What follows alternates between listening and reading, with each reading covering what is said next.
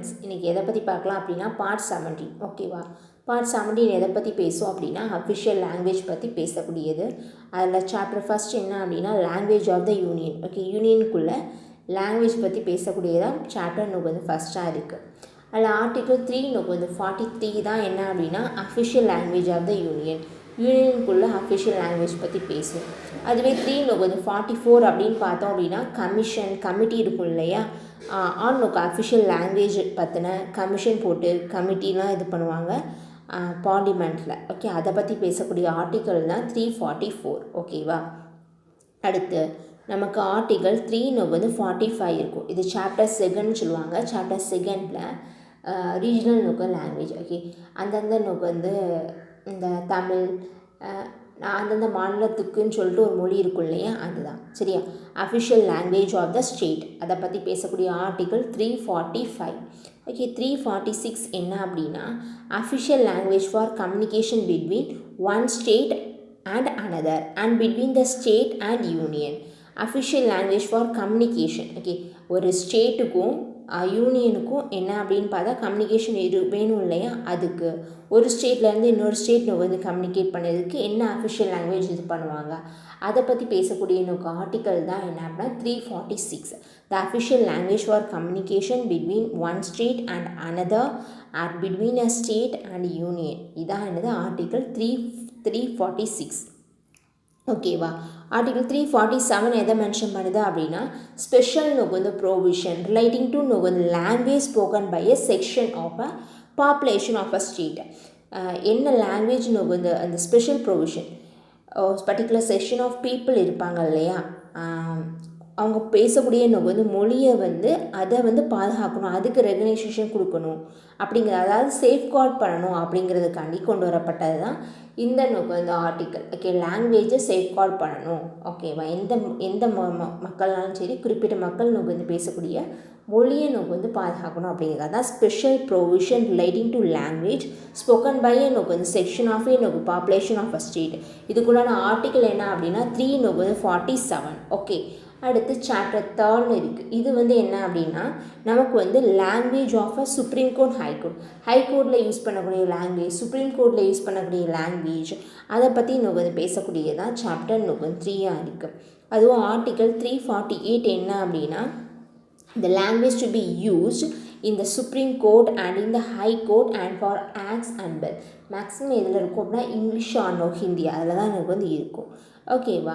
அதாவது அந்த language use பண்ணுறாங்க இல்லையா, அந்த எதை அப்படிங்கிறத வந்து சொல்லக்கூடியது தான் என்ன அப்படின்னா ஆர்டிகல் 348.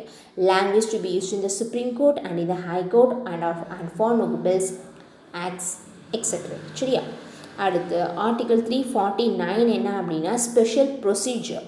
ஓகே, இதுக்குன்னு சொல்லிட்டு ஸ்பெஷல் ப்ரொசீஜர் இருக்குது for enactment of certain laws relating to language. Okay, language சம்மந்தமாக ஓகே சில ஆக்ட்லாம் வருது அப்படின்னா அதுக்கு வந்து என்ஆக்ட்மெண்ட் பண்ண ஸ்பெஷல் ப்ரொசீஜர் இருக்குது. அதை பற்றி பேசக்கூடிய நோக்கு வந்து ஆர்டிக்கல் தான் என்ன அப்படின்னா 3 நோக்கு வந்து 49. ஓகேவா? அடுத்து சாப்டர் நோக்கு வந்து 4 இருக்குது. சாப்டர் 4 எதை பற்றி சொல்லுவோம் அப்படின்னா ஸ்பெஷல் நோக்கு வந்து டிரெக்டிவ்ஸ். ஓகேவா? என்ன அப்படின்னா டிரெக்டிவ்ஸ் அதாச்சு ஆர்டிகல் 350 என்ன அப்படின்னா language to be used in representations for readers of criminals.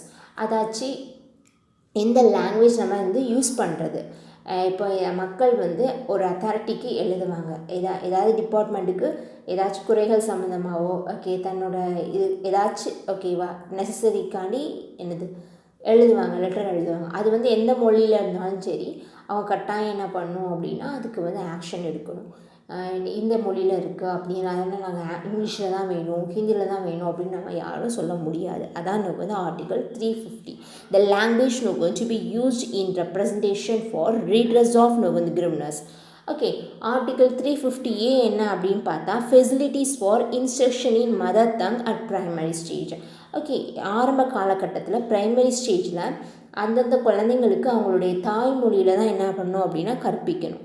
அதை பற்றி எனக்கு வந்து பேசக்கூடிய ஆர்டிக்கல் தான் என்ன அப்படின்னா 350 எனக்கு வந்து த ஃபெசிலிட்டிஸ் ஃபார் அதுக்கான ஃபெசிலிட்டிஸ் கொடுக்கணும். சரியா ஃபெசிலிட்டிஸ் ஃபார் நோக்கு instruction in mother tongue at primary stage. Okay, facilities நோக்கு அதுக்கு இந்த ஃபெசிலிட்டிஸை கொடுக்கணும். அதை பற்றி பேசக்கூடியது ஆர்டிகல் 350 நோக்கு ஓகே 350B என்ன அப்படின்னா ஸ்பெஷல் நோக்கு வந்து ஆஃபீஸர் ஃபார் லிங்கஸ்டிக் மைனாரிட்டி, அதாவது மைனாரிட்டி லாங்குவேஜ் அப்படி சொல்லுவாங்க இல்லையா, அந்த லிங்கஸ்டிக் மைனாரிட்டிஸ் அதுக்கு அவங்களுக்குன்னு சொல்லிட்டு ஸ்பெஷல் ஆஃபீஸர் நோக்கு வந்து இது பண்ணணும். ஓகேவா, அதுக்குன்னு சொல்லிட்டு ஒரு ஆஃபீஸர் நியமித்து அதை வந்து பாதுகாத்துக்கணும் அப்படிங்கிறதுக்கு தான் 350 நோக்கு ஸ்பெஷல் நோக்கு வந்து ஆஃபீஸர் ஃபார் லிங்கஸ்டிக் நோக்கு வந்து மைனாரிட்டி.